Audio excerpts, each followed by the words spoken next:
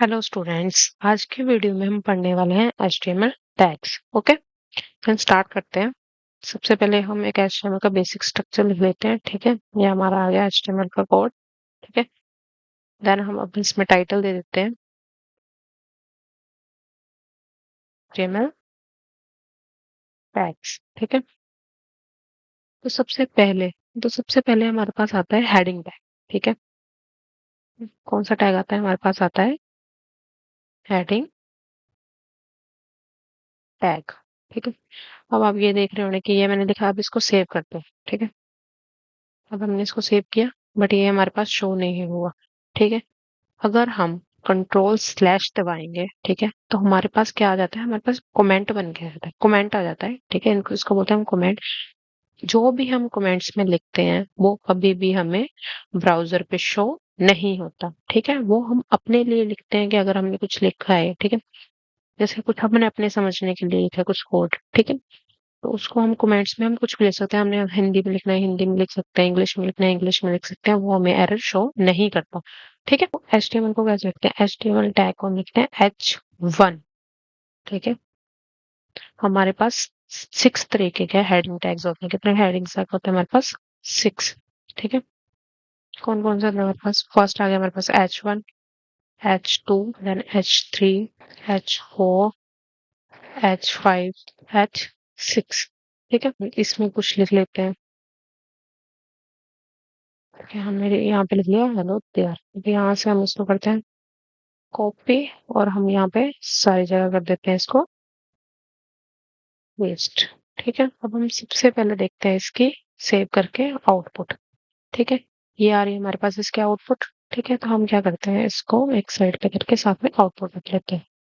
ठीक है, तो ये क्या आ रही है हमारी इसकी आउटपुट। ठीक है, तो ये आपने ये सुना होगा कि H1 को क्या कहते हैं हम, कि H1 सबसे बड़ी हेडिंग होती है और H6 सबसे छोटी हेडिंग होती है। ठीक है, बट और सिर्फ यही मतलब नहीं होता इसका। आपको पता है कि हम CSS की हेल्प से H2 को H1 से भी बड़ा कर सकते हैं। क्योंकि इसको लिखने का क्या मतलब हुआ? ठीक है, H1 का मतलब है जो भी हमने वेब पेज बनाया है। ठीक है, अगर ये हमारा वेब पेज ही समझ लो।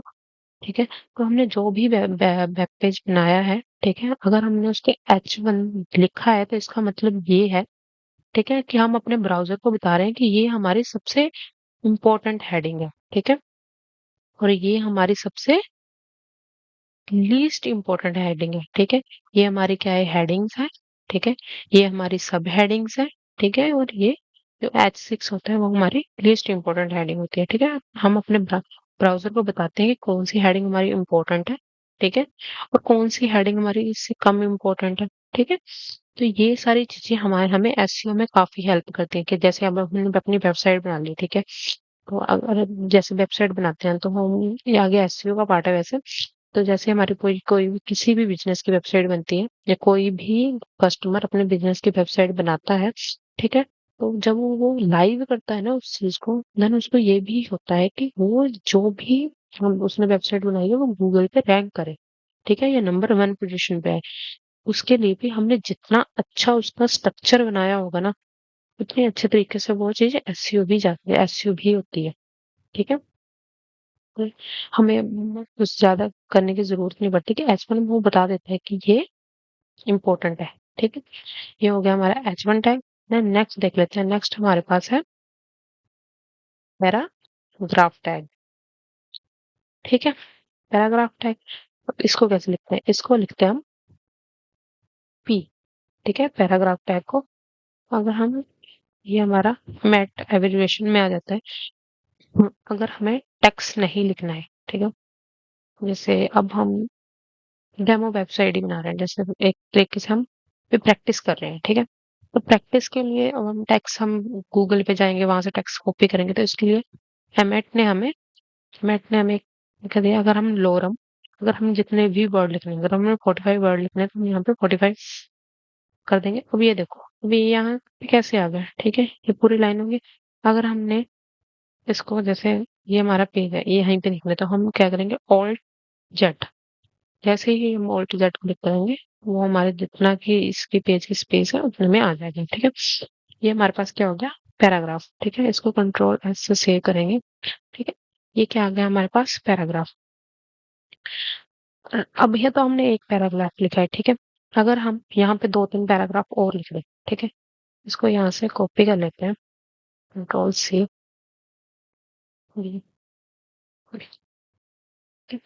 अब ये क्या कर दिया, अब इसको करते हैं हम कंट्रोल एस, सेव होके हमारे पास पैराग्राफ आ गए, ठीक है। जो पैराग्राफ है ना, वो ऑलवेज ही नई लाइन से स्टार्ट होते हैं, ठीक है। और ब्राउजर इसको ऑटोमेटिकली कुछ व्हाइट स्पेस दे देता है, ठीक है, बिफोर एंड आफ्टर, ठीक है। ब्राउजर क्या करता है, ब्राउजर इसको ऑटोमेटिकली कुछ व्हाइट स्पेस देते देता है या कुछ मार्जिन दे देता है उसको। अब जैसे हमारा ये पैराग्राफ टैग है, पहले सबसे पहले इसको हटा देते हैं। अब हमने यहाँ से इसको नीचे लाना है, ठीक है। ये वाली लाइन है जो, ठीक है, इसको हम यहाँ पे लिखना है, ठीक है। यहाँ से जहाँ ले गया उसको हमने नेक्स्ट लाइन में लाना है, ठीक है। ऐसे इसको सेव करते हैं, ऐसा तो कुछ हुआ नहीं, ठीक है। ब्राउजर उसको अपने तरीके से कुछ स्पेसेस देता है, ठीक है।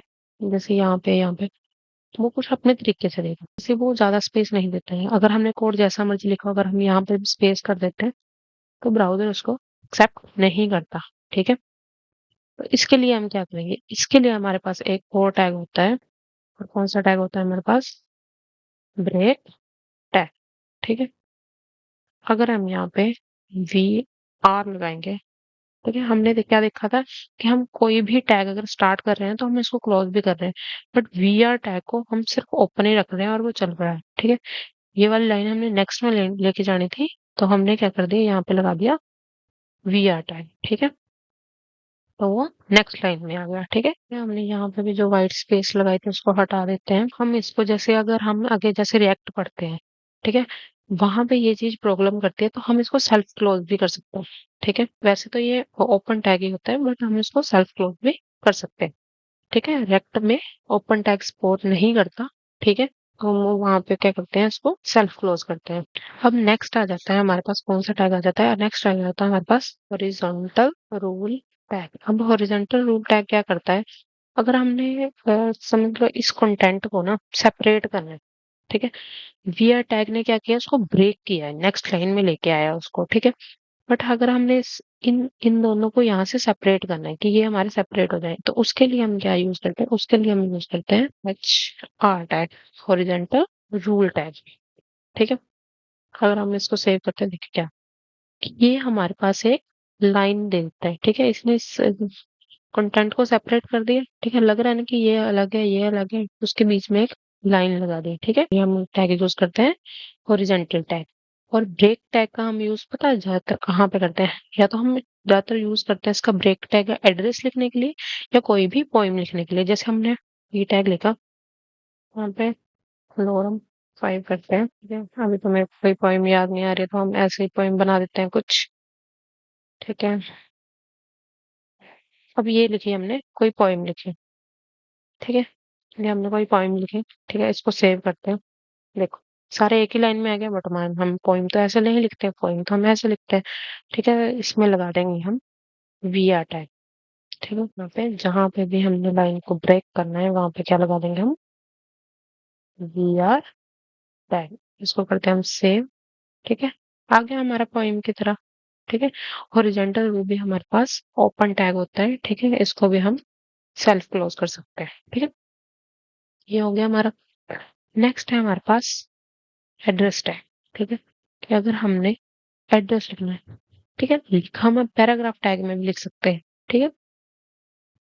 बट एड्रेस टैग क्या करता है, एड्रेस टैग हमें किसी भी पर्सन की इंफॉर्मेशन प्रोवाइड करता है, ठीक है।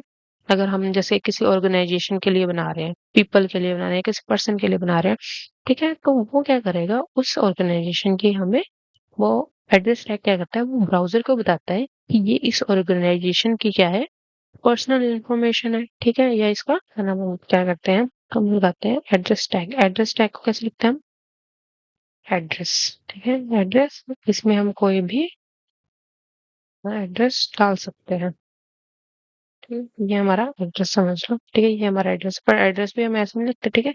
यहाँ पे भी हम अपना ब्रेक टैग का यूज करेंगे, ठीक है। इसको करते हैं से, ठीक है, ये हमारा एड्रेस हो गया, कुछ भी एड्रेस लिख सकते हो आप अपना, जो भी आपका एड्रेस है, ठीक है। ये कौन सा हो गया हमारा एड्रेस टैग, ठीक है। नेक्स्ट करते हैं, नेक्स्ट है हमारे पास सबस्क्रिप्ट और ऊपर स्क्रिप्ट। ठीक है, अब इसको कैसे लिखते हैं, इसको लिख के फिर हम इसकी आउटपुट देखते हैं, फिर हम ज्यादा अच्छे से समझ आएंगे। ठीक है, जैसे हमने लिखा H1 H,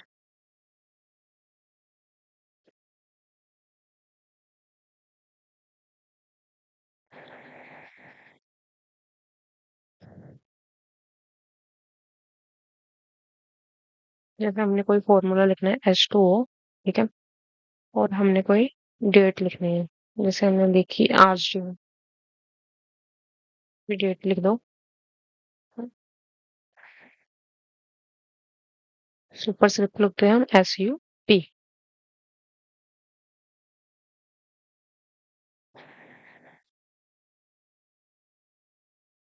2020 कुछ भी डेट लिख दो। ठीक है, अब देखो ध्यान से हम अपना स्पेस हटा देते हैं और इसको सेव कर देते हैं। ठीक है, अगर हमने कोई भी फॉर्मूला लिखना है, अगर हमने कोई भी करेक्टर, ठीक है, किसी भी करेक्टर के फुटर में लिखना है तो हम यूज करते हैं सबस्क्रिप्ट। और अगर हमने कोई भी करेक्टर किसी भी करेक्टर के हेड पे लिखना है तो हम क्या यूज करते हैं, सुपरस्क्रिप्ट। ठीक है, सबस्क्रिप्ट और सुपरस्क्रिप्ट। अब आपको समझ में आ गया होगा कि सबस्क्रिप्ट और सुपरस्क्रिप्ट क्या होता है। ठीक है, नेक्स्ट आता है हमारे पास बोल्ड टैग और स्ट्रॉन्ग टैग।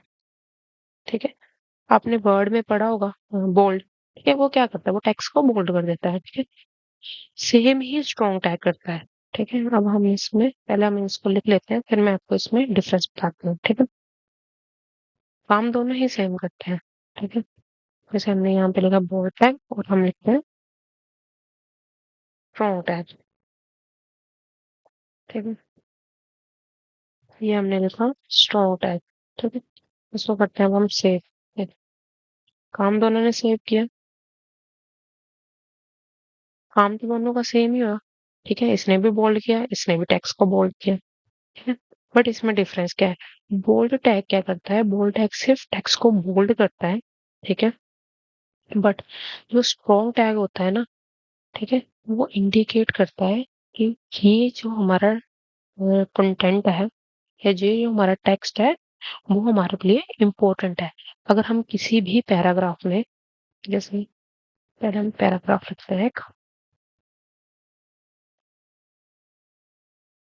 ठीक है, अगर हमने कोई पैराग्राफ लिखा है, हमारे लिए जो ये चीज है ना, इस पैराग्राफ की ये चीज, वो हमारे लिए इम्पोर्टेंट है। ठीक है, तो इसलिए हम उसको बोल्ड कर रहे हैं। ठीक है, इसके यहाँ यूज करते हैं हम, यहाँ पे करेंगे हम स्ट्रॉन्ग टैग का यूज।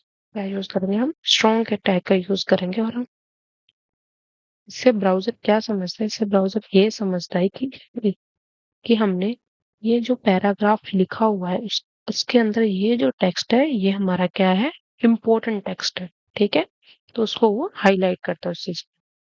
ठीक है, एक हमारे पास होता है, नेक्स्ट टैग है हमारे पास मार्क टैग। ठीक है, मार्क टैग क्या करता है, अब देख लेते हैं।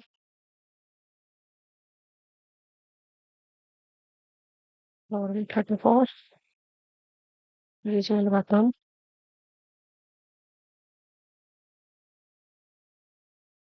मार्क टैग, इसको करते हैं हम सेव। मार्क टैग ने क्या किया, उस टेक्स्ट को जहाँ पे मैंने मार्क टैग लगाया उस टेक्स्ट को हाईलाइट कर दिया। ठीक है, ये हमारे पास होता है मार्क टैग। और एंड में एक टैग और पढ़ लेते हैं हम, इटैलिक टैग। ठीक है, इटैलिक टैग को यूज करते हैं हम फाइल्स, हमने वर्ड फाइल में पढ़ा हुआ। ठीक है, इटैलिक होता है हमारे पास, बोल्ड होता है। ठीक है, इटैलिक होता है।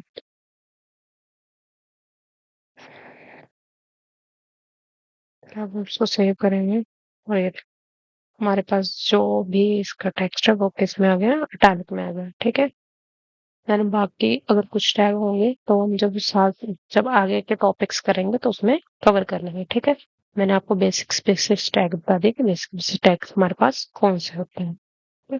बाकी करेंगे हम नेक्स्ट वीडियो में।